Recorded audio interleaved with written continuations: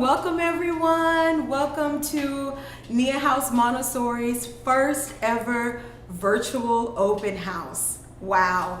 We are so excited to have you here today.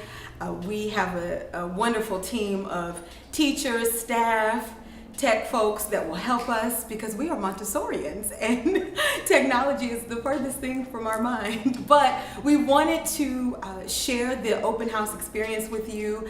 We also wanted to remain safe and healthy for our staff and our children as well as your families, but still give you a glimpse of who Nia House Montessori is. So we are so thankful that you joined us this morning, Saturday morning, to learn more about Nia House Montessori. Just a few things that you should know. We are live. We're live on Facebook. We're also live on YouTube. Please go ahead and share that to your groups, to your friends, anyone who is interested in looking for a school, who maybe doesn't even know where to start, or is busy and can't quite get to Nia House like they'd like to. So just go ahead and take the time to share that information. Also, if you are a prospective parent, this informational or open house is for the 2021-2022 academic school year. It sounds so silly to even say that. It feels like we just got to 2020. So please be reminded that this is for August, okay? Also, just your child will need to be 2 years old by August 15th, 2021. But I got a secret for you. Actually, actually, I think about last open house that we did when we were all together. There was a lady there who was literally 5 weeks pregnant. And I wonder how she's doing. If you're out there, how are you? I hope 2020 is good for you. And it wasn't too early. It wasn't too soon. So if you are expecting, or if you are, just interested in the philosophy and what we do, this is the place for you. But just so that I'm clear, it's for next school year, for August 2021. Also, if you are a prospective parent and you are interested in the admissions process, we are going to be talking all the way through this presentation. There is an opportunity for you to ask questions throughout the presentation. Someone will be monitoring that. We'll be sort of going back and forth. But also, I would ask that you leave your admissions questions toward the end because we may cover it. Any other housekeeping notes? Oh, I know. At the bottom of the screen, you will see that all the information that you need throughout the presentation, our website, niahousemontessori.com. You'll see the deadline to apply is January 15th, 2021. Someone told me if I say it 3 times, it would stick. So I'm probably going to say it 30 times because it's just who we are, so that you would know that January 15th, 2021 is the deadline to apply for next school year. And I think that's all the housekeeping notes. So we'll go ahead and get started. My name is Marquita Holt. I am one of the co-founders, the director of marketing and admissions. And now I'm going to introduce you to 2 amazing women, my colleagues, my sisters, my friends, visionaries behind all of this. And so we'll kick it to them. First, we have Sunsaria Rafford, if you could wave at the camera. And she is our director. She is the visionary, the woman herself, the woman, the myth, the legend, right here. Sunsaria Rafford. She's also the lower elementary directress, okay? And then we have Miss Darlene Abernathy Neely, if you'll wave to the camera, Miss Neely. She is our sort of Montessori in-house guru. We're so thankful to have her, but she's also the academic dean and lead primary teacher at Nia House Montessori. If you are Montessorians new and old out there, especially in the Tennessee area, then you probably know Miss Neely. And so without further ado, I'll hand it over to the 2 ladies. Well, good morning, Sunsaria. Good morning, we're here. We are definitely here, and good morning to each of you. We are so glad and thankful that you are here with us. And this is our very first virtual open house, so we are brand new babes in this world of technology, like Ms. Holt said. So I just want to welcome you all to Nia House Montessori School and share with you a little bit about our team. So let's delve into who we are and who makes the magic here at Nia House Montessori School.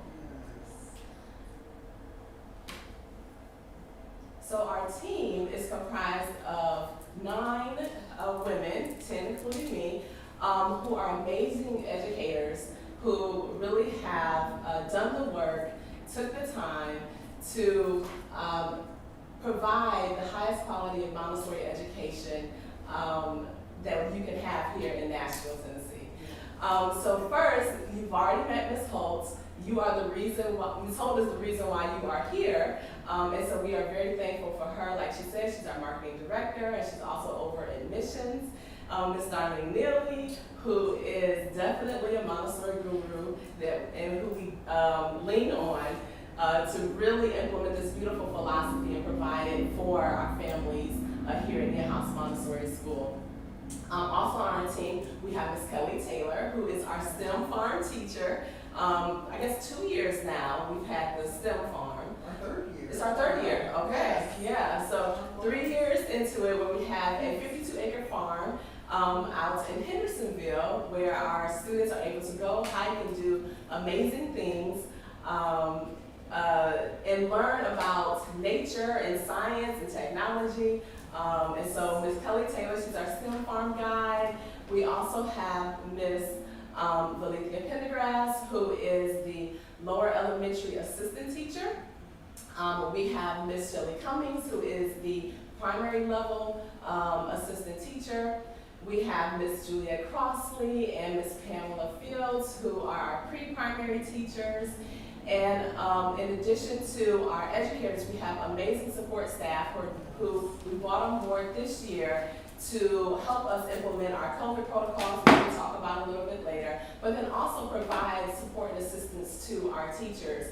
And so one of those persons is Ms. Brittany Oldham, and the other is Ms. Rosalind Malone. And so we are thankful for this amazing group of women who have poured out, everything into making sure that Newhouse is the best place for students to learn and grow and share.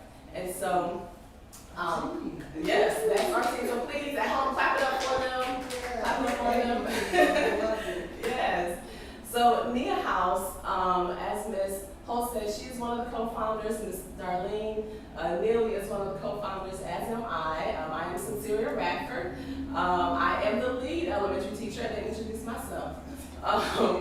And one of the co-founders of Newhouse. And when I think about our story, it is definitely near and dear to my heart, because it started with this idea of children being able to have an environment that they love to learn and grow in. And so when I came to Nashville, I attended Tennessee State University, where I met my husband, fell in love with teaching, and we got married, and then that's where life began. All of life began. As they say, first comes love, then comes marriage, then comes Miss Radford with a baby carriage, right? I started teaching at Stafford High School, where I just began to just love helping high school students enjoy math, but I realized that wasn't the case, and so as I began to teach and observe the students, I realized that they really, it wasn't that they didn't have the ability to learn, it's just that they never had enough successes in math to really enjoy that curriculum area. And so I began to pour out my heart into that aspect of my career. But then, like I said, here comes a baby, and I found out we're pregnant, right? Isn't that how it typically goes? And when I found that out, I realized that, wait, I have to put my child somewhere so that I can continue this love of teaching. Well, like most parents do, you start searching. So you go from daycare to daycare, learning center to learning center. And first-time moms, we can be pretty extreme. And so I had very high standards. I wanted every educator in the room, in the building, to have a doctorate degree because my child was important. I wanted every person in the room to know that my child should be valued.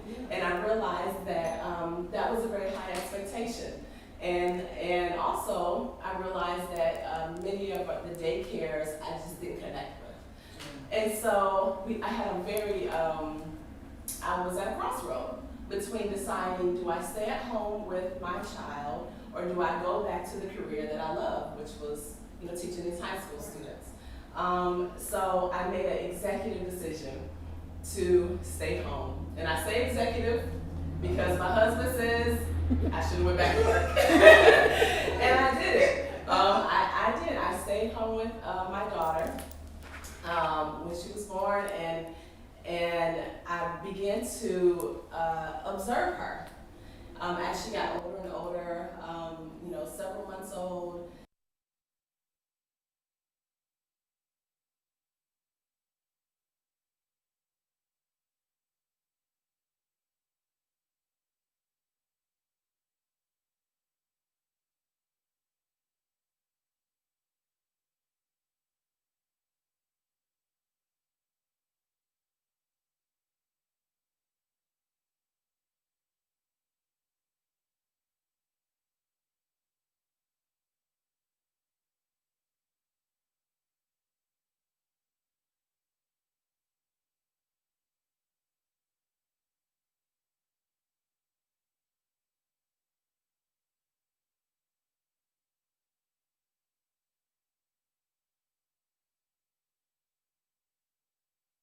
Under 3 years old, it was amazing. And so I realized that what I was doing in my home had a bigger impact on others' children and not just my own. And so my daughter, by this time, is now 3, and I realized that, well, she's ready to read, she's ready to do all these things, but yet I couldn't get her to that point. And so, unlike what I did when I was pregnant with her, instead of looking for institutions, I sought out philosophies. And so I started doing some research, and I came across the Montessori philosophy. And the Montessori philosophy aligns so much with who my husband and I are as parents that it just made sense. The idea of independence, the idea of the child being a part of the family unit and not just being a spectator. Those kind of core tenets of Montessori really resonated with me. So I knew what philosophy I was looking for, but I didn't know what institution to go to. So I had a friend that was that taught at one of the local public Montessori schools here. She said, well, come over. Come over to the school and I want you to meet somebody. I think this person will be perfect. It's a perfect teacher for what you're looking for. And it was the very last day of school. And I'm a teacher, so I know what it's like to be at school on the last day. No learning is really happening. It's just a holding cell. However, when I walked through that school, I went past, room to room, and the classrooms were, packed up, and the desks were stacked, and it was at the end of the day at that. And so I walked through the hallway with my friend and with my daughter, and we went down to an office, and I actually saw another person that I knew, and so I stopped to talk to that teacher. Well, we talked for a little while, and I look around, and my daughter was gone. And so now, we're walking around, and where is she? She can't be far. And we look into the room next to the office that we were in, and I look around a little shelf, and I see my daughter and this teacher sitting on the floor, and my daughter's being presented a lesson. And I look around the room, and it's the room was set up as if it was the very first day of school.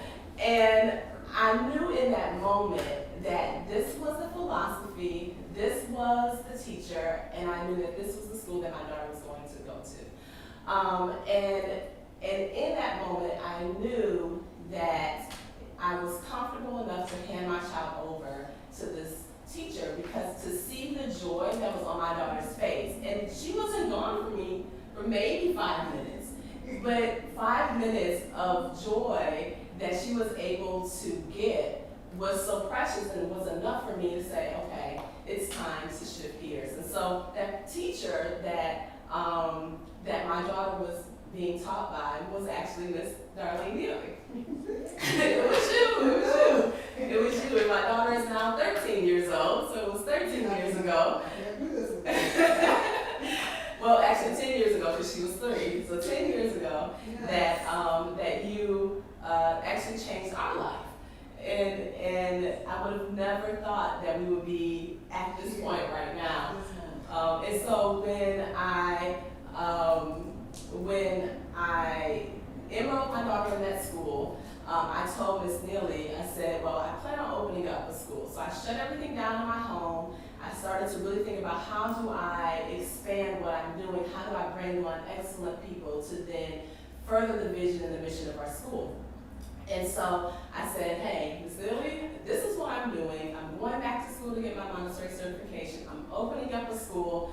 You know, if you're interested, let me know. And then I was a Montessori trainer. Yeah. So then I was able to have you not only as a wonderful parent, but then as a student in Montessori training. So, but I knew instantly. I thought and prayed and listened and watched, and I said, this is definitely something that will change Nashville, and I want to be a part of it. Yes. So, and I was overjoyed in the moment, like, yes, you know, to have her on this team was absolutely amazing. So, and so we began to vision, and we went to my home, we laid out the plan, we laid it out, we knew what we were looking for, and from that, we actually said, well, we know what we want to do, but we don't know how to get it to the people. And so that's how we came across Ms. Holt.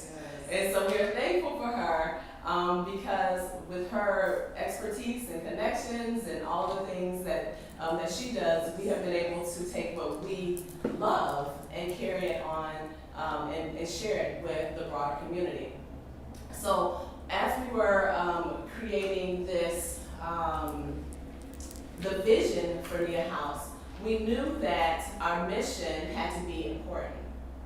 And so the mission of Nia House, we said we wanted to provide an educational environment where children can engage their unique curiosities, define those interests, and develop skills that lead to lifelong learning. And we knew to do that with the individualized instruction and observation, we could uphold those values with collaboration and independence and creativity. And so that mission is what drives us every day. And that mission also helps us to be able to dream big and have these broader visions for what we're looking for, you know, for who we want to be as a school. yes. And so, you know, our vision is to make this authentic Montessori learning environment that enriches and nurtures the whole child, with this appreciation for, you know, cultural and socioeconomic diversity, coupled with the customized instruction and respect for each child's their innate gifts. We develop these global citizens that strive for academic excellence. And so that is the vision of Nia House. And when we have a student that leaves Nia House at 4th grade, that is the type of child we want to have. That's the type of community that we vision for and what we're working towards. Absolutely. And one of the questions I think I get asked the most through Montessori training, through just being out in the environment in Nashville, grocery store, all the places is, what is Montessori? And so I always say, if I had a good 3-minute, you know, that I could just say, this is it, but Montessori is so much more. And so all the things that you talked about are things that we develop in a Montessori classroom and that Montessori child. I want to ask our family, our friends out there, what are some things that you think about when you hear the word Montessori? So drop in the chat box some things you've heard. It may be, you know, often people say, well, freedom. Well, there's freedom within limits. So we'll talk about that a little bit. Sometimes people will say, well, I know there's different ages in the classroom, but I don't know what that means. So we do talk about multi-age classrooms where that 3 to 6 child is in a classroom and able to develop with other children, or a 6 to 9-year-old classroom. So those opportunities to just hear a little bit about Montessori. So put that in the chat. Let us know a little bit about what you want to know about Montessori, and we'll get to those questions as we're going through the day. We're going to try to do this new live thing. Work with us. So Montessori philosophy. There's so much to say about Montessori philosophy, but one of the things that you have to talk about at the core of Montessori philosophy is Maria Montessori. So she was a woman before her time. So this doctor, this person who studied, philosopher, who developed a pedagogy that is really used all around the world, was born in 1870. So think about that, years before women were even allowed to be doctors. So she was the first doctor in Rome, Italy, female doctor. And so early on, she was making changes and doing things in her environment and making impact. So one of the things that she studied as a doctor is pediatrics, and then also psychiatry. So she began to study children. And so as she studied these young children, she began to develop opportunities for them to work with materials. She was really observing not only what children could learn, because at that point it was thought that children were blank slates, and so they had to be told everything. What she found out, what Maria Montessori discovered, is that children brought so much to the table that they were able to understand, comprehend that if you built an environment, if you prepared a place for them, there were amazing things that they could do. So she began to prepare things. So shelves you see in our classroom that are for the children, materials that are hands-on. So when you think about Maria Montessori, you think of Montessori materials, you'll hear that. They are materials that she developed along with some other philosophers during her time, to really begin to have concrete opportunities for children to learn. And so she studied children. Her first group of children were children that were thought to be really cast out of society. They thought that these children could not learn. These were poor children in Rome. And so she began to work with them. She developed her first school, Casa dei Bambini. The children's house, the house of the children. And she did that early on, so over 100 years ago now. So that was in 1907. So think about that. And she began to study these children. And with that, she decided and developed an opportunity for teachers to begin to learn to teach in a new way. So when you hear people talk about Montessori training, the teachers really are trained to teach a different way, to work with children in a different way. So you'll hear respect. You'll hear us talk about independence in the environment. So how do you develop a classroom where a child is able to work independently, begin to think about what they would like to learn and how they will learn, what works for their own development. And so our teachers are trained, Montessori teachers are trained to help that child, really guide them. They're often called guides, guide them through that environment. And so independence is so important. So as you're looking at your child at home, often you'll hear little ones say, I can do it myself. That's the best gift you can give a child. They can do it themselves. Maria talks about never doing something for a child that they can do for themselves.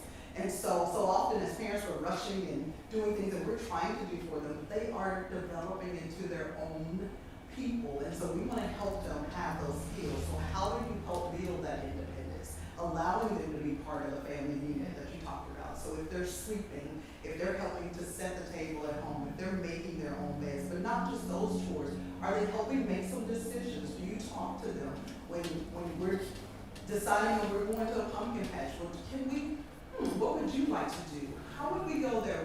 Why did you choose this? What things would you like to do there? Wonder how far it is. So helping them begin to do these critical thinking, being part of the family in that environment. So building independence. Independence comes from simple things. So as you see our little ones come into the school, you'll often see them carrying big backpacks that are bigger than they are. And they're wobbling, but they can do it. We want them to have that joy you see on their faces. So part of that joy you talked about facade earlier is that joy of her saying, hey, I did this lesson. Wait, you showed me how to do it, and we do that. We show lessons. We give lessons in small groups and individually. So we give them steps. We provide an environment that encourages independence, and then they see themselves in that environment, and they see their success. When you have a success, what happens? You know you can do it, and now you can try something else and something harder. So once I can do that basic practical life and succeed, now I'm ready for that multiplication, that division, those things that come later, because I've felt success and I know I can do it. And so building that independence, building that opportunity for them to critically think. And so I think about our classrooms so often, how we challenge students on different levels. So Maria Montessori developed and looked at children's development and how they think. And so we're not trying to develop a classroom where we give information and they give us back information. Just regurgitating. Yeah. We are not looking, you'll often hear that Montessori schools there may not be as much homework or there's not testing the same way. So what we're trying to do is develop citizens that are thinkers, are learners. We know, as we look at 2020, nobody could have predicted where we are now. But somebody back helped Dr. Fauci begin to think early on. Somebody early on helped these scientists that were sitting, Dr. Kizzy, that we were able to interact with, who is currently working on some vaccines. So who are we developing? Yeah. Who are these 2-year-olds going to be in years down the road? We have no idea, but we know if we can pour into them, if we can help them develop at the foundational level, then they can be, they're going to change the world. And so that's the citizens that we're developing. From that very beginning of what Maria Montessori planned and saw in children, that innate ability to want to learn and grow and change their world and impact their world, to building that independence, to then that critical thinker who goes out and makes a difference. And so that's the joy of what we do each day. So early on, we told you to drop some questions in the chat. So Ms. Hope, over to you. You have some. Yes, I feel like we finally were able to become the news anchor women that we've always wanted to be. I just want to say that. This is out of our element, but that's okay. That is what Montessori does, and we're so thankful for what we do. We're learners. We are lifelong learners, long. So we had a few comments. And I'm interested to know, I can't see a timestamp on here, but the truth will be told later. I don't know if you wrote this as we were talking or before, but that's okay. Demika Campbell says when she thinks of Montessori, it's self-directed learning. Brianna Moore says blending age and academic levels, freedom, independent learning and confidence, hands-on learning.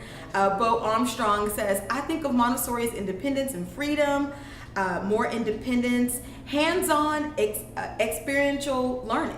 That is true. Oh, Miss Taylor's here. And she says, hi, Miss Taylor, we love you. We wish you could be here. You have no idea. We wish to hug again. My gosh. But Miss Taylor, who is a Montessorian, says, freedom within limits. That is probably the most quoted Maria Montessori quote that we can say, because to give that choice, but give the limit of the freedom is very important. Empowering children and independence. And I think, and learning how to learn. Karen Nash, let me just shout Karen Nash out really quickly. Yeah. She is a friend of our community. You'll hear more about our community, but if you follow us on Facebook and Instagram, and if you've followed us through the years, first of all, thank you, because we've come a long way. But Karen Nash has been a person that has supported us through this whole process. And sometimes support can look like a donation. Sometimes the support can look like coming in and speaking with the children about your profession or something that you're good at. Sometimes I think of Karen Nash because I think of every time we post something, she's the first one to like it, first one to share it. So please be sure, if you aren't already, subscribe to our new YouTube channel, like us on Facebook, follow us on Instagram and Twitter, because that's a way that we get the word out. We're trying to bring Montessori all around the world continuously, continuing the journey of Montessori. So thank you so much for that, Miss Neely. So it sounds like you all are already Montessorians. I know. Either you've done some great research or you're taking great notes. So thank you. So all of those things are things that definitely we've mentioned and that are true to the Montessori philosophy. I love what Ms. Hope just said about our community. So our community is one of the things that makes us so unique. So what makes us different as Nia House? And so our community is really what makes us unique. When we sat in the room, the sunroom at your house, and we were writing our vision, we knew the child we wanted. We knew what we would bring to the table. We knew what our teachers needed to have. What I think I didn't realize at that point was how important our community is. It is everything to us. So that is, our community are our parents, and we'll kind of talk about some of that coming up, and we'll hear some things from our parents, but not only our parent community who give us the gifts of their children every day and entrust us to teach them and love them and nurture them, but our bigger community. Yeah. So the Karen Nashes. the Karen Nashes. Thank you, Karen. People that literally come by and say, "Hey, I tooted." Yes, we hear you. It's North First Street, and so I tooted. It is the firefighters that now, shout out to firefighter 3, truck 3, who come by, who have come and shared with our students, and people that come in, and so of course pre-COVID, but our community has supported us in so many ways. So as Ms. Holt said, many times it is literally them sharing their gifts, or saying, I have these materials, or this came to mind and I thought of your children. No one else would appreciate it the same way. Yeah, I think what's even more beautiful is that a lot of times it's families or it's people who don't even have children. Oh, yes. And the thought of you have somebody that's coming to the school and saying, "Hey, I see you. I want to encourage you to continue to push on." I don't even have a child, so I don't have an agenda. It's beautiful. It's beautiful. It's encouraging. You need it. Where you need it. Every little, I've gotten little notes. There's notes that I love them, but that you said still write them. And mail them. Thank you. So you get mail that says, "Hey, keep going." Yes. So yes, our community is phenomenal, and so we want to continue to build that. And I think the way that you all have touched our hearts, we're thankful that we're thankful for you. So We please are. continue to support us, and we'll continue to reach out. Get ready when this is all over. We're back in the building and putting you back to work. Yes. So thank you. Yes. So our community is beautiful. The other beautiful part of our community is our community looks so many different ways. Yes. And I think that was part of the vision, and when we envisioned, we knew the child, like you said, but we knew that community and parents had to be a team with the learning environment. So you can't have one without the other in order to produce the child that we're looking for. And so when we visioned Nia House, we visioned this diverse community, because we know that our world is diverse, and we have a lot of things that happen, that are happening right now in our world, as a result of being in a bubble, right? By only being around people that look like you, think like you, act like you. And so our vision is really to get into, what does diversity look like? Yeah. What does it look like, this whole? That is so true. That is so true.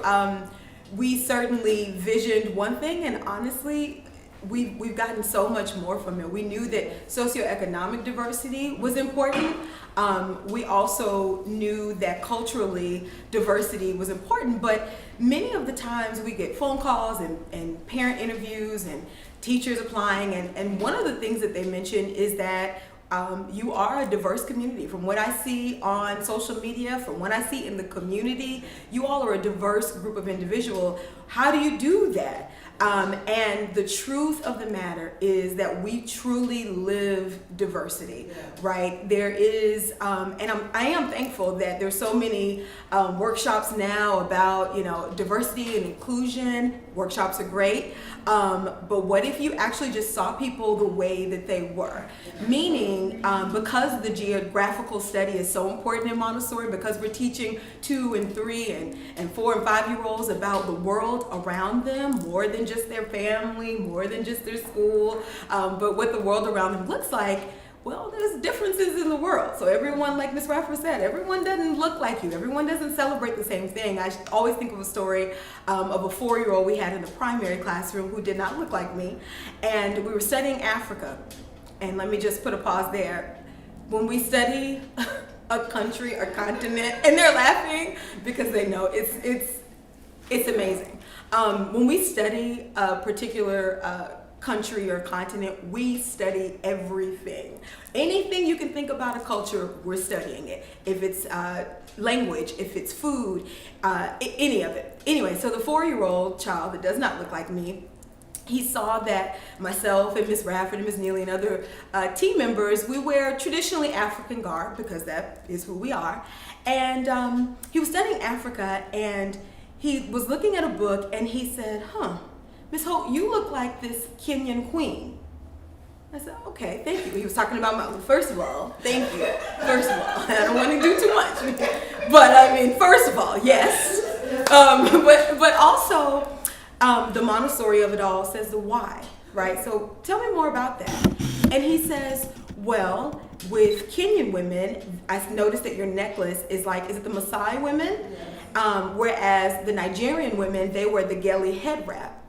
He's 4, he doesn't look like me, but because of his interest, he was, in his learning, he was able to recognize that.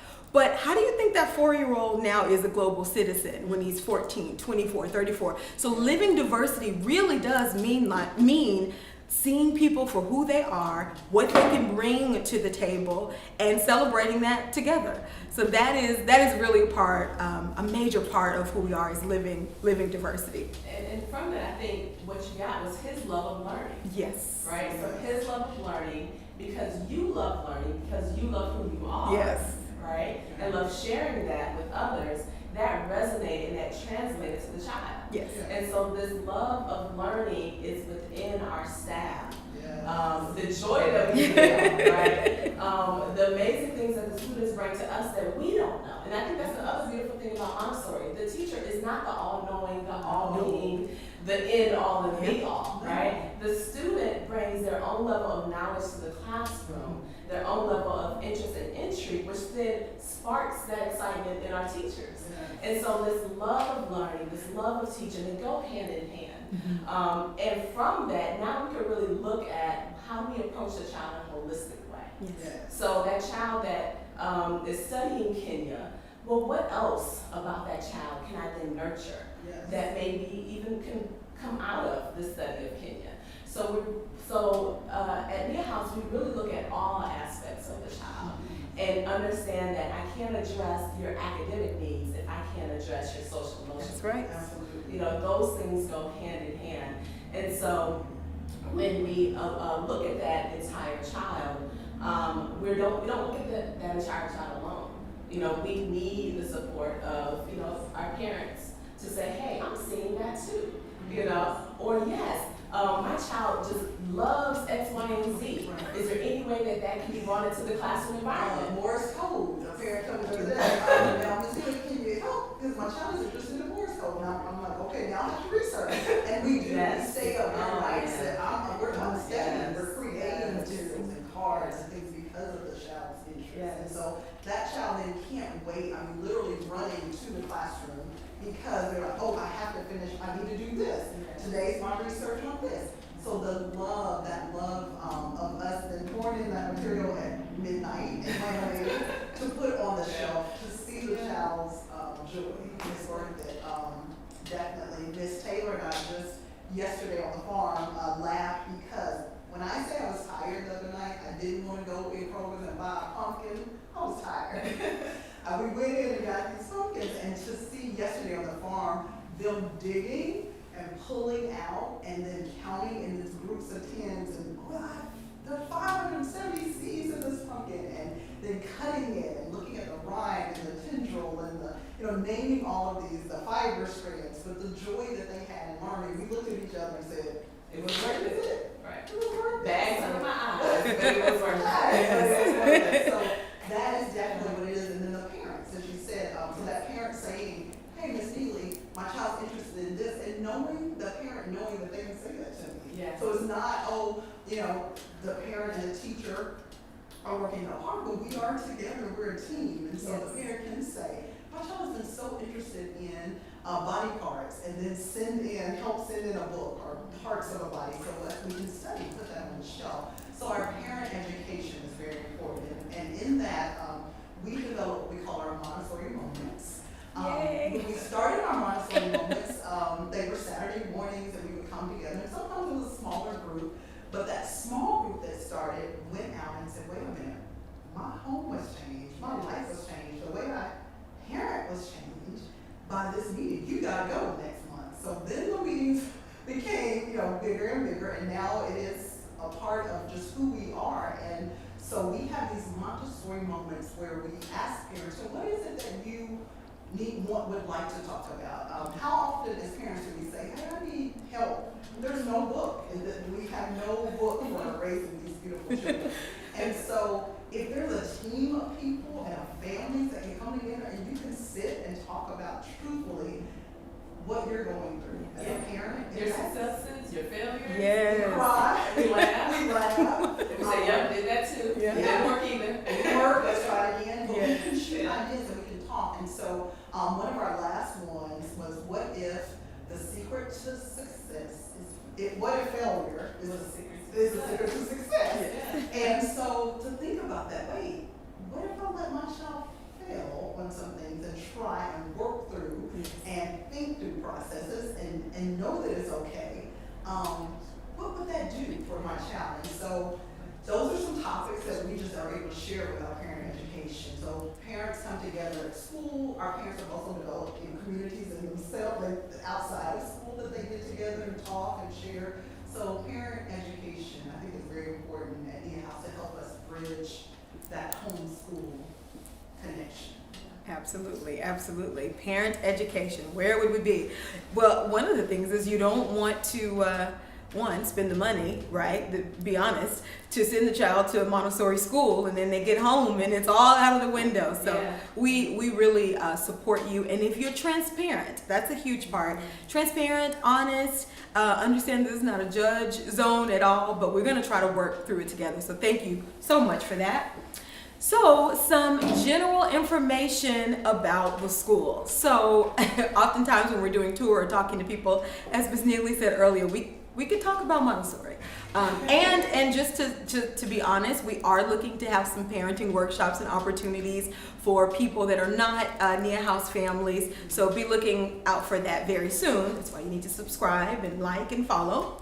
But some general information. So our school hours are from 8 a.m. until 3 p.m. Monday through Friday.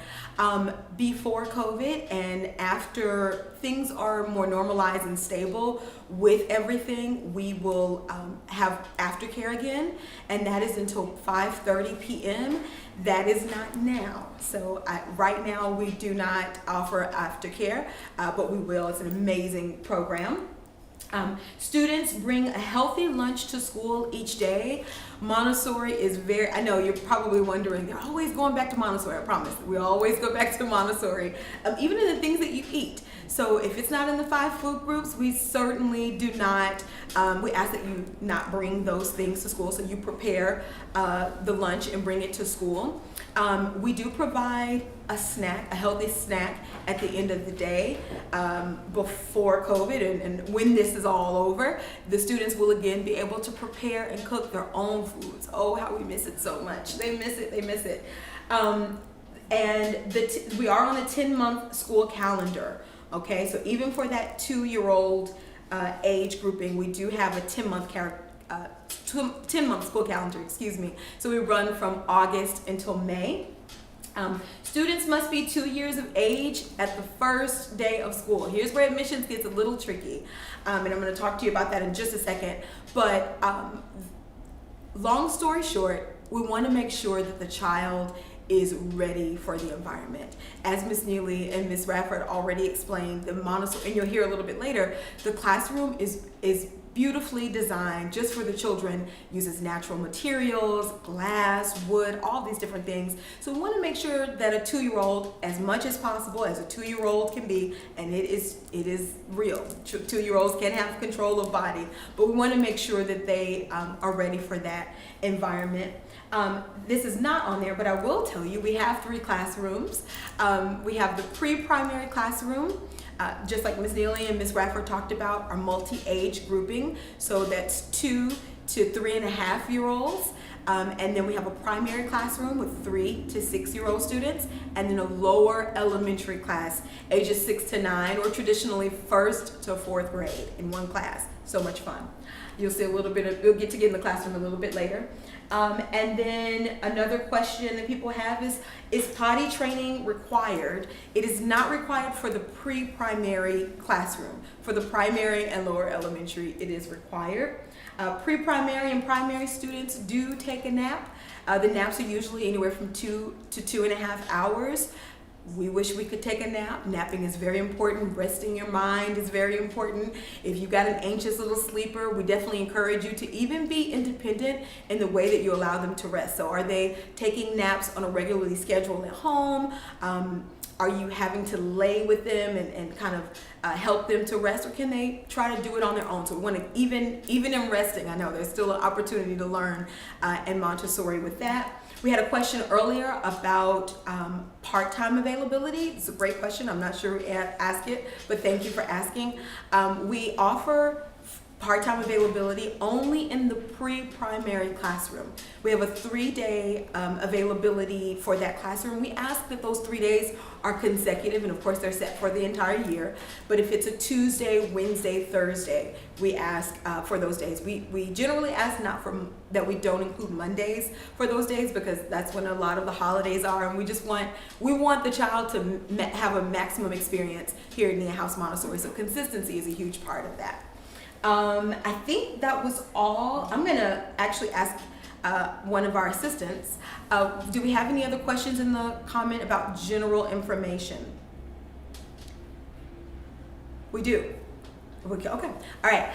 You can find all of this information, of course, on our website, www.niahousemontessori.com. And we ask that you just, I always ask if you and your parenting partner will just sit down and just delve into it. There is a wonderful video called Montessori Madness by Trevor Islow, and it just is about 6 minutes about Montessori in a fast draw sketch. Our tuition prices are also included on our website as well, and I believe that's it for our general information. I'm going to hand it over to Ms. Rafford. She's going to talk a little bit about our COVID procedures. As you know, things are different right now. Even in this room right now, I want to go hug and touch my friends over there, but we are spatially distanced. And so she's going to talk about our COVID procedures at Nia House Montessori. Yeah, so with everything changing in 2020, we knew that the value of the students being in the classroom space and being in the environment and learning is important, but we also knew that we had to make sure that they are safe, that our staff are safe, and our parents and our parent community stay safe during this COVID season. And so over the summertime, my team and I got together a lot. Our parents, who we love dearly, sent us information. Yes. When they found new articles that had information that maybe we weren't aware of, they would send it to us. And so we spent a lot of time this summer coming up with a plan that would allow us to return to school in person in a safe way. And we're blessed because we have we're actually a small community. Mm-hmm. So we're a small community. Our parents love and support one another. And we felt like we can actually go back to school in person as long as we have a set procedures, set expectations, and everybody understood that we are caring for one another in this process. so that we can support our students to return in person and have an enjoyable learning experience in the school. Prior to the summer, we actually did go virtual. Yes. So back in March, we did go virtual like most people did. And that was a beautiful experience. Yes. It really was. It was a lot of work. So kudos to the teachers that are still more virtual. We understand. We understand. But doing Montessori virtual, keeping it hands-on, it was great, right? We created bins, so Yes. sent some home so that they could still have those didactic materials to work with, and so just being creative, even having to set up cameras at home so they could get views, small groups, virtually working with students, so it worked. It worked. But we also knew that some students lost time. Even with all of the work that we did, some students lost the opportunity to stay connected and really engage in the materials and the work. And so over the summer, like I said, we put our heads together and we said, what do we have to do? What do we have to change in order to make sure that we are keeping everyone safe? And so we came up with our COVID procedures. And so Nia House, we require that everybody wear masks. And so teachers, when we're with one another, if we can't be distanced, we put a mask on. Even when we can be distanced, we wear a mask. Because we understand the downfall to being a small community is that if we aren't safe, it can jump from classroom to classroom, teacher to teacher. And so we want to make sure we're doing our part. So everyone wears a mask. Unfortunately, right now, our parent community can't come into the building. So we only have essential people in the building. So no parents, no volunteers right now, which we hold dear, but can't be there. And then we have a health screening app that every day, before the student is dropped off, before the student leaves home, the parent must fill out the app and say that, various questions around, who you've been around, and has your child had a fever, and those kinds of things. Some of those standard COVID questions. Right there. Yeah, sure. I want the team to know, our families out there to know that the team actually helped develop that app. Yeah. So Ms. Bradford really worked closely with developers to look at what we needed as a house. So that has been very helpful. Yeah. Parents and families. Yeah, and so before the student arrives, the parents have to do their part, and that's doing the temperature checks on the students. And so when the students get here, we take another temperature check because we just want to make sure. But we've also hired full-time staff to clean the building throughout the day. Yes. So we are thankful for them. We didn't realize, even pre-COVID, that we could have used them then. We do a beautiful job of keeping the environment clean, Yes. smelling good. This whole keeps us, always some lemongrass around the building, right? So she makes sure that the environment smells good. But our part of the philosophy is the beauty of the space that the students enter. So we've always kept the facility clean. But then to see, to have somebody here on staff to then do this, the cleaning protocol for us, to make us feel a little more comfortable being here in the facility has been wonderful. And that also allowed us to still be true to Montessori, because during this COVID time, there are some Montessori schools that struggle because it is hands-on. Yes. So imagine, how do you do hands-on in COVID? And so those cleaners allow for our students are trained, you'll see the little ones taking their materials, using them, putting them on the sanitation station. And that material stays there until it was thoroughly cleaned by our cleaners and then replaced in the environment. So that is an added relief that is done, each time the material is touched. Right. And then we've reduced our class sizes. Yes. And so we utilize every single space in this building. Every space. drop. And we've dropped our class sizes. Yes. And so that also allows us to control the dynamics. So in the event something happens, and we're thankful that we haven't had a case in our facility. We're 7 weeks in. Yay. So knock on every wood in this Please, facility. I'm knocking. Can we knock over here? Right, we have a lot of wood. Well, we're prepared. That's no case. But the smaller class sizes allows us to control the narrative a lot more as well, so that if anything were to happen, we can isolate and then move from there. Our farm has helped. Yes. So STEM Farm allows those small groups, and the groups are no more than the largest cohort is 11, but allows them opportunities to be outside. So elementary has 2 days outside. Each cohort does at the farm, learning environment, doing wonderful curriculum, and then the kindergartners are also out on the farm. So all day Friday, they're literally out. The kindergartners are out, and I love that day. So that was another way that we integrated the farm into further into the curriculum this year. Right, with the COVID process, yeah. And so if you're interested in learning more about what we're doing, we have a wonderful video on our website. We have information about how we have modified our procedures based on COVID. So please check out our website. As Nicole said, www.neahousemontessori.com, and you can find all that information out on there as well. So we've talked about our procedures and how our families were so important in our community. And so Ms. Hope won't let us go without hearing a little bit from our parents, even though they couldn't physically be here. We have a few words for them. So Yes. So our parents, like Miss Neely said, they could physically be in the building, but every spring we have an opportunity to do an online giving fundraiser.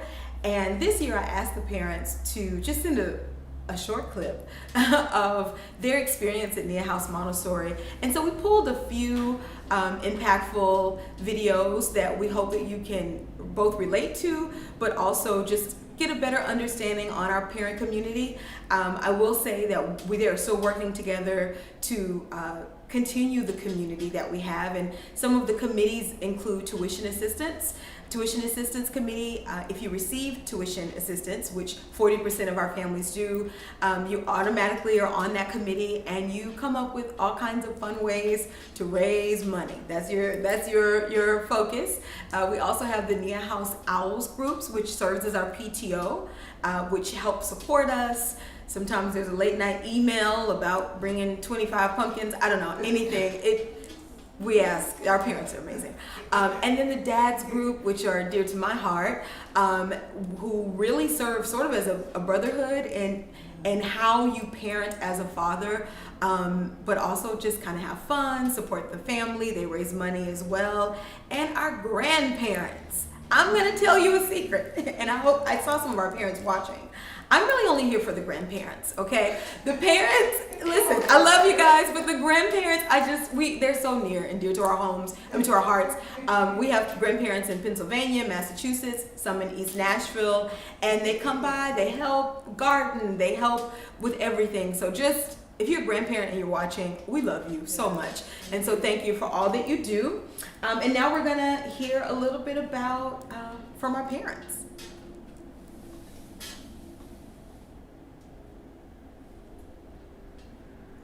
Hi, I'm Brittany. My son Nathan is in the primary classroom at Nia House. This was his first year, and it just totally exceeded every expectation I had going in. It has an incredible reputation, so I already expected quite a bit, but I can't even begin to express how impressed I am with the program that they are running there and the women that run it. They're phenomenal in more ways than I can even convey. A little backstory, our son is 5, almost 6, and he did a year at a public pre-K. Don't really have any complaints about where he was, except that he didn't seem to enjoy it. I think the style of learning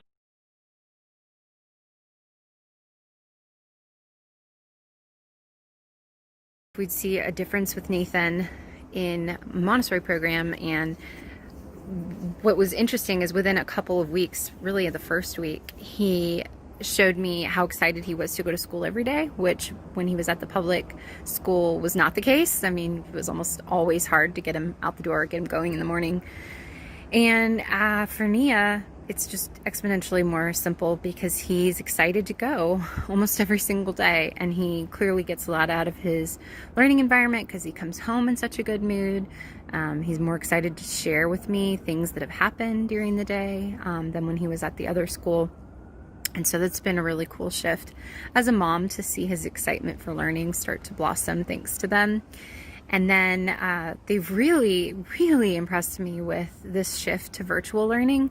A lot of my mom friends who send their kids to other Montessoris, I'm not trying to knock other Montessoris because in the era of a pandemic, I know everyone's trying to pivot as best as they can.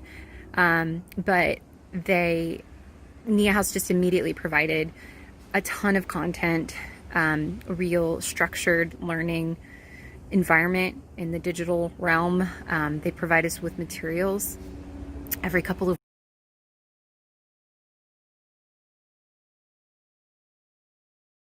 Hello. Hey, my name is Vincent Alexander. I am Malachi Alexander's father.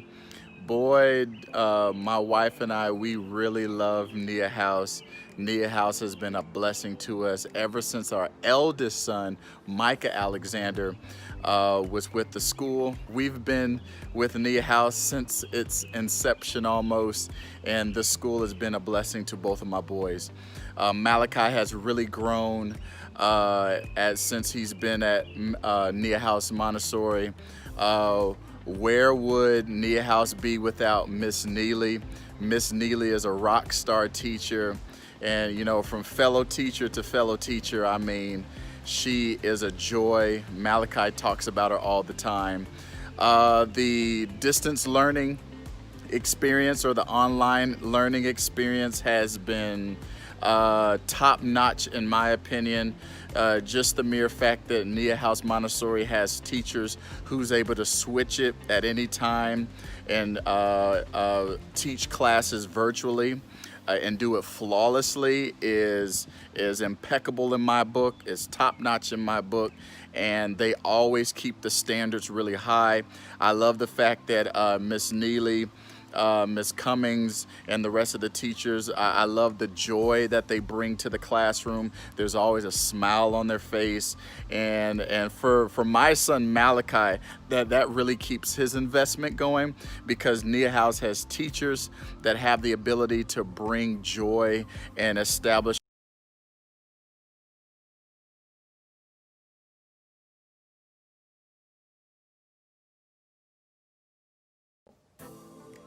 All right, so we're talking Nia House All right. today. So we wanted to first talk about how Nia House has impacted our family. Yeah. For me, it's helped me realize and understand how fun education can be. Like we want to go back. Like we want to go back. I want to do school all over because of Nia House. And more than that, I think that education sometimes we perceive it as being like transactional. So we wake up, we send our kid to school, that school gives our kid an education, they come home and they grow up to be great. But Nia House has really been a true community, Right. For us in the good times and some of the difficult times. Right, especially like for our family. During a really difficult time for our family last year, we even asked and trusted and leaned on Nia House to care for our daughter Ever when we could not, because I was hospitalized, and so it extends well beyond, like you said, that school day, and so we've been, I don't know, man, I can't even really put into words the impact that the school has actually had on our family. Yeah. But we're truly grateful for it, for sure.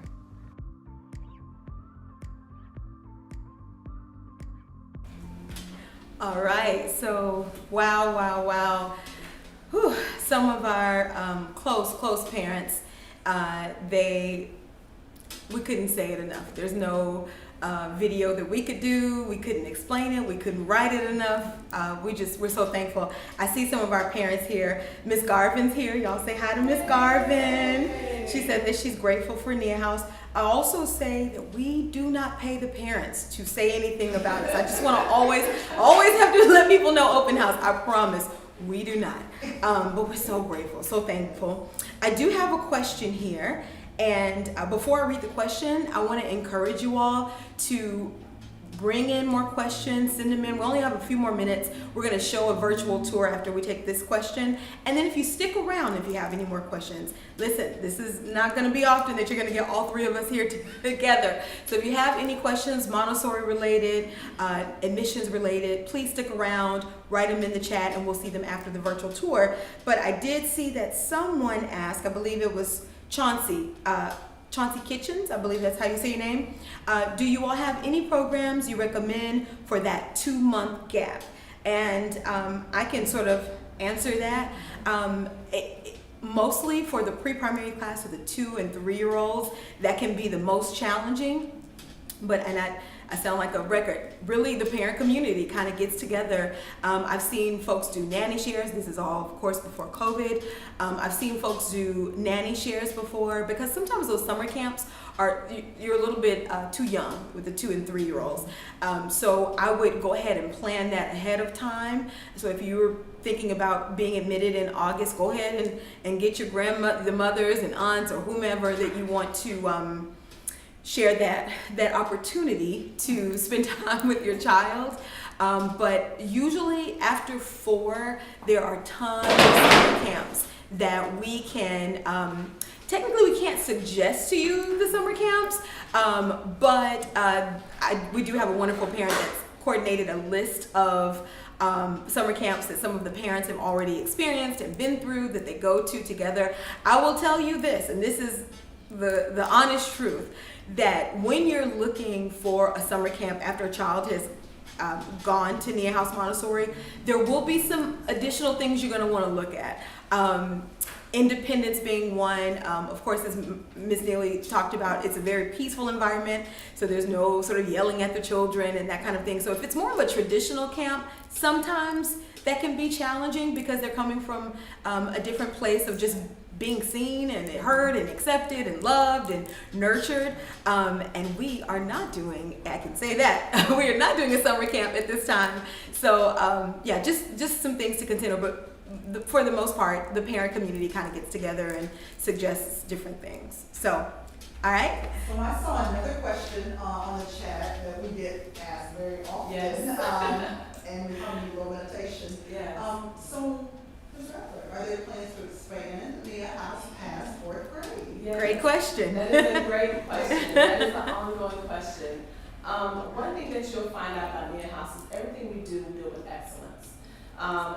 We don't believe in putting out junk, right?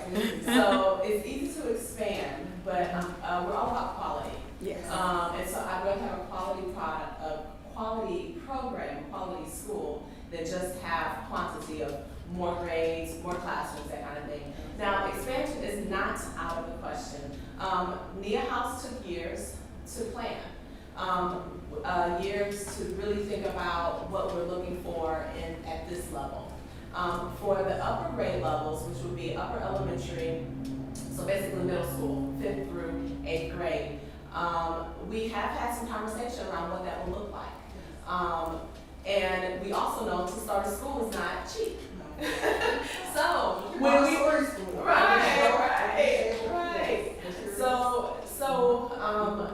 So it's 2 things. It's, casting the vision. We have the vision, we have the direction, we know what we want. But as a community, you can help us. When we have the big payback, send it out to your friends, donate, help us to be able to vision in that way and have the resources to think big as it relates to middle school. Also, if you know somebody that can gift us land. Part of who we are is, and what makes it successful, or makes us successful in the area of socioeconomic diversity as well as racial diversity, is location. And so we are looking for land in the city. We don't want to be on the outskirts of Nashville. We want to be accessible. And so to do that, we have to purchase land in the city. Well, if you know anything about Nashville and Nashville real estate, it's not cheap either. So, but we are visioning for what middle school looks like. We know that the middle school level is amazing, and shout out to all middle school teachers. Yes. That is an age that is beautiful and challenging all together. I've taught at the high school level, I've taught at the elementary level, I've taught at the college level, but that middle school level, It's different. It's different. It's a challenge. It's different. Okay. So yes, we want to expand to middle school, but we need the community. We need your help. Yes. We need your help to make that happen.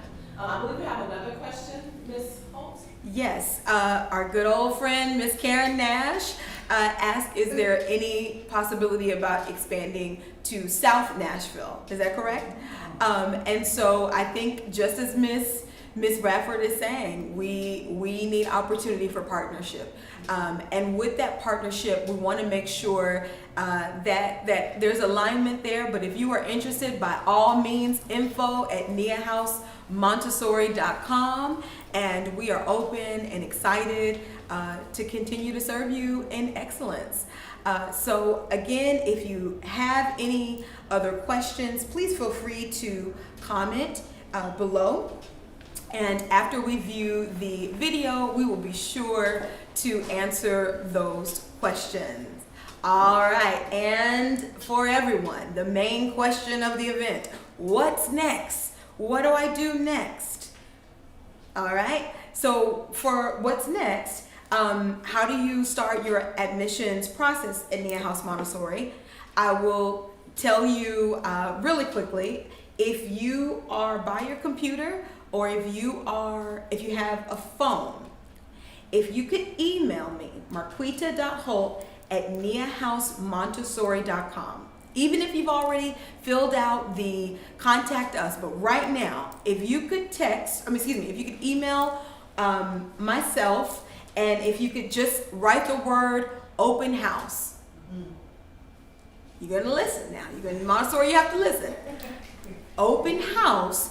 I am going to open up admissions, open up applications early to the people who stuck with us, the 30-something of you. Hey y'all, thank you. And I'm going to send you an application today.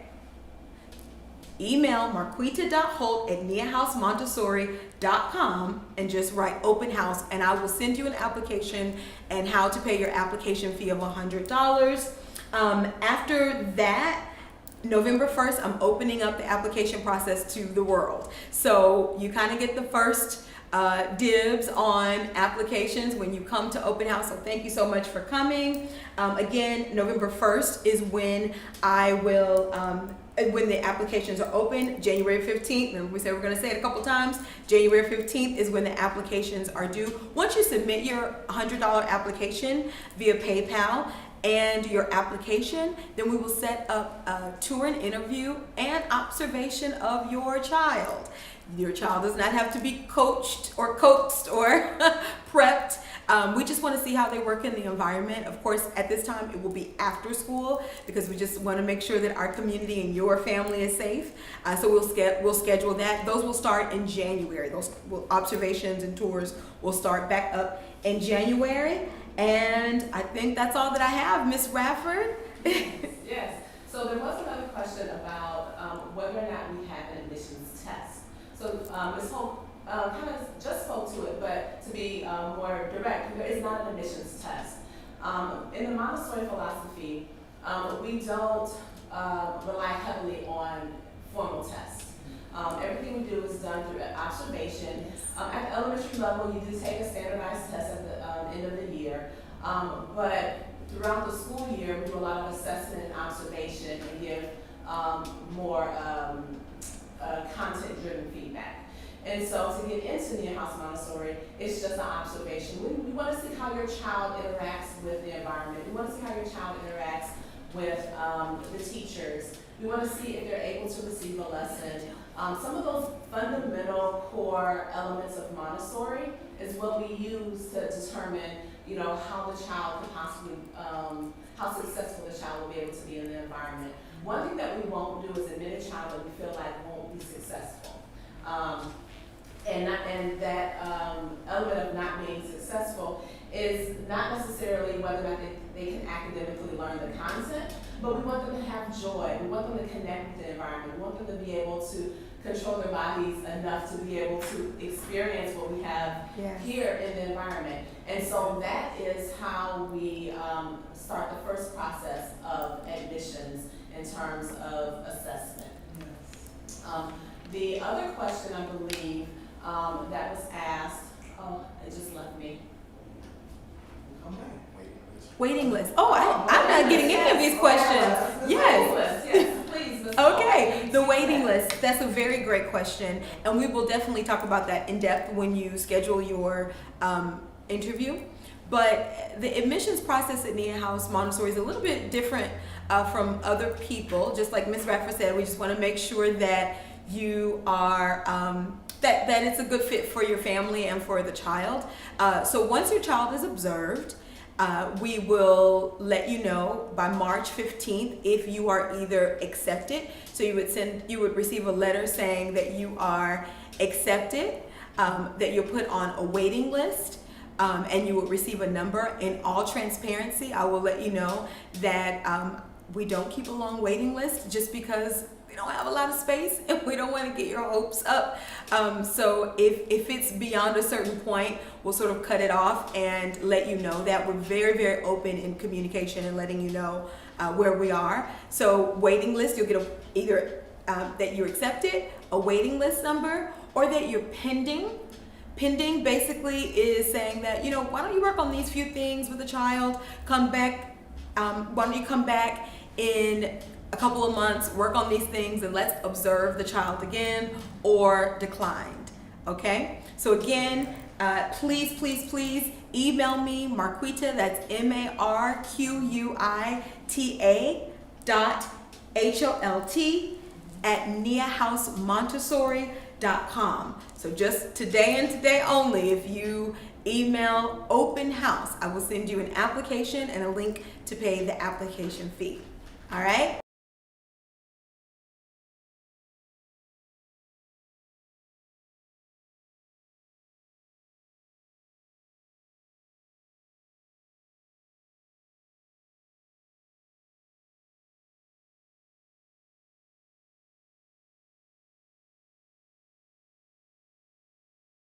Can't wait to show you the behind the scenes of this, by the way.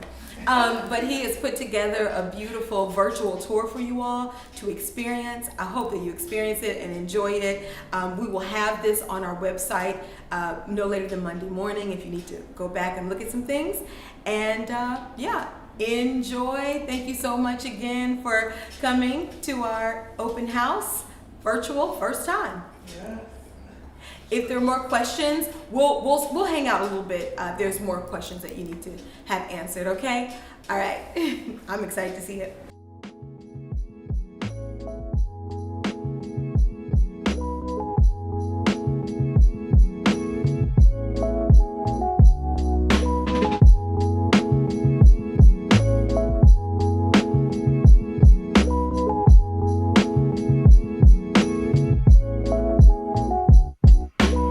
Welcome to Nia House Montessori School, where we cultivate curious, joyful, independent thinkers. Thank you for taking a tour of our beloved school. Located in the heart of Nashville, Nia House Montessori is an independent private Montessori school with a commitment to being a socio-economic and a culturally diverse community. We provide children from preschool to 4th grade with an educational environment that encourages curiosity, exploration, and discovery as a means to achieve academic excellence. Nia House was founded on the principle that children must possess a positive attitude toward education in order for meaningful learning to occur.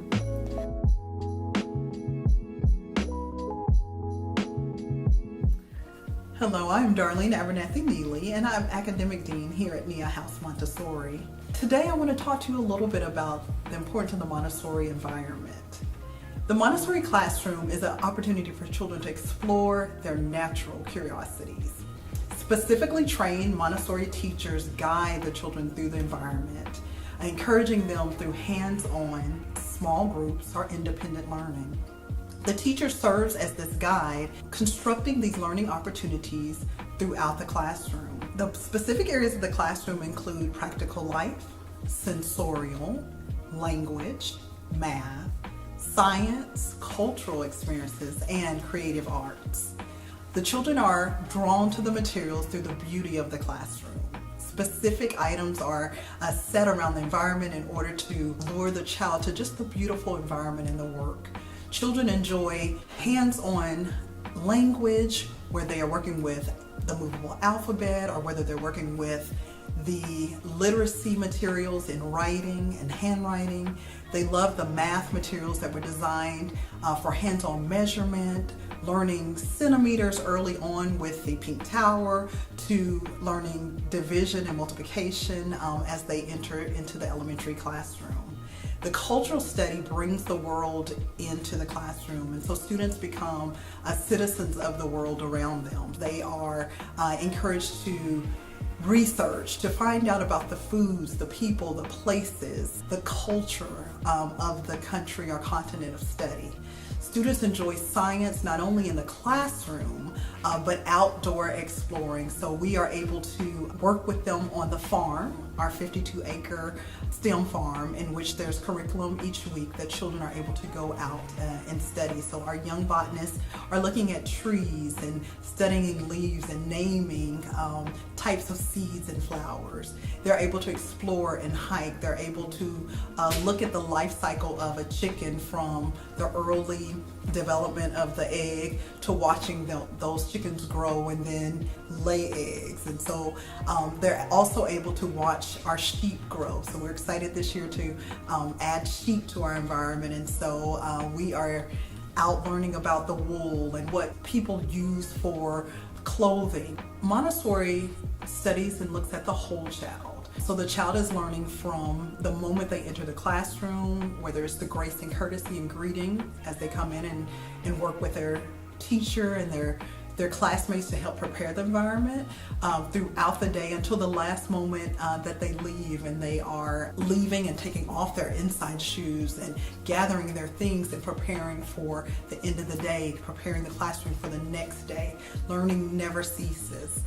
The community is built through this multi-age grouping, so students are part of a community for often 3 years. So there's 3 years within that classroom. So a child may be with a class from 3 to 6, and then again from 6 to 9. And so gives them an opportunity to be leaders in their classroom. So you will see often peer on peer work where they are, an older child is engaging a younger child and teaching them a lesson, or vice versa.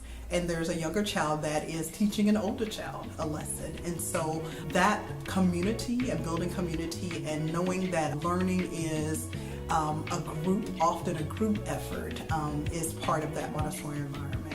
And so we are excited at Nia House to continue to cultivate that through our materials that are on our shelves, often through guests that we bring in, our own community, bringing in their gifts and their talents to share with our students. And then, of course, for our family community that is also an extension of who we are. So it is exciting to learn each day at Nia House Montessori. My name is Cynceria Radford. I'm the director of Nia House Montessori School. Nia House Montessori School was created for students who enjoy thinking creatively and who wonder about the world.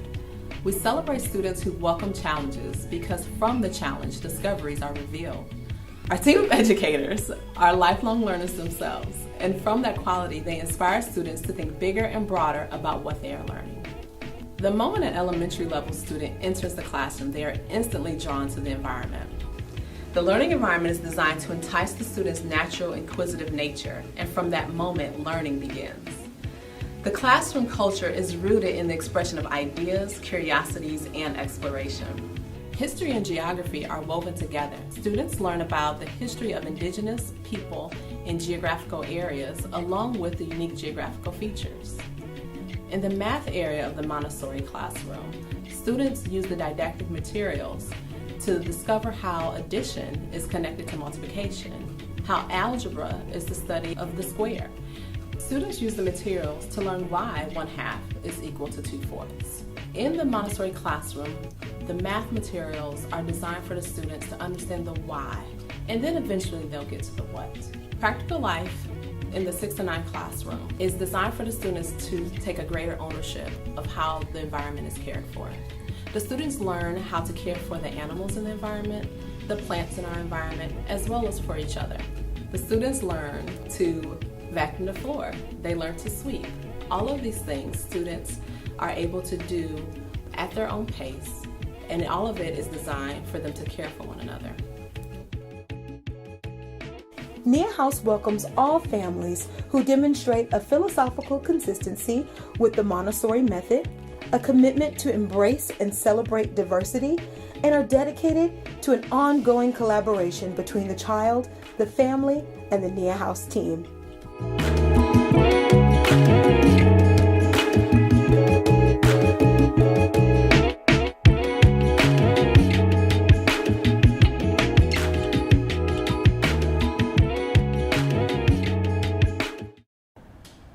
All right, so thank you so much. I'm so thankful that you were able to experience our virtual tour inside of the classroom. I did want to take one more question really quickly. I believe, let's see, Ms. Coulter asked about the waiting list, and I don't see it on my phone, but she was asking, does the waiting list start over each year? And that's kind of a tricky situation, and I'll be transparent with you, especially since 2020, that it usually does not, but we're always very transparent with you. So if you're on the waiting list right now, if there's anyone out there that's on the waiting list right now, simply email me. Of course, this school year, the 2021 school year, is full, but email me and I can let you know where you stand for the next year. I hope that answers your question. All right, and again, please email